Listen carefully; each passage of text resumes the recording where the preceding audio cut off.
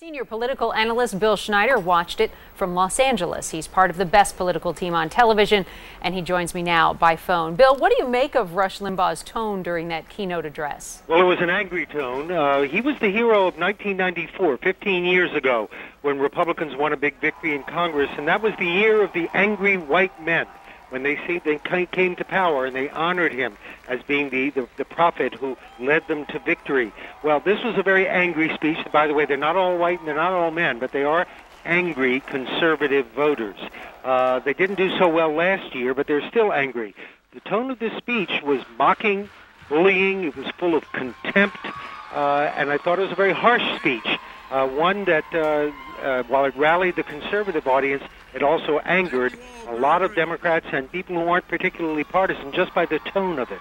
And Bill, today he did not apologize for his comments earlier that he would like to see President Barack Obama fail. In fact, today he defended those comments. What do you make of that?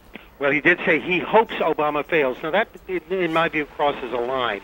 It's one thing to say, I disagree with the president, I think he's wrong, I think his policies are wrong. A lot of people feel that way. Republicans voted against them. One can even argue these policies won't work. Some economists say that. They're either not enough spending, too much spending, they're not the right answer. But to say, I hope he fails, that really crosses a line. He said he thinks Democrats did the same thing in Iraq. Most Democrats that I heard didn't ever say, we hope the United States loses. Some of them said, we're not winning, we can't win. But to say, I hope the president fails, and at another point, it even got rather sinister because he said there are forces there that are trying to undermine the country from within.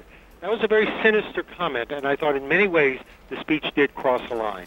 And Bill, let me quickly get your read on this straw poll where members there at this conference took a vote on who should be the Republican nominee in 2012. Mitt Romney won this poll by 20%.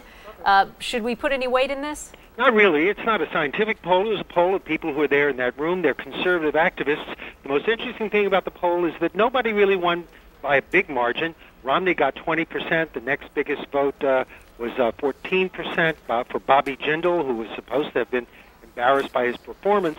The vote was spread all over the place. Romney and Sarah Palin and Ron Paul, who has a cadre of activists. So I think what the poll demonstrates is conservatives have not yet found their voice. I think they found their message.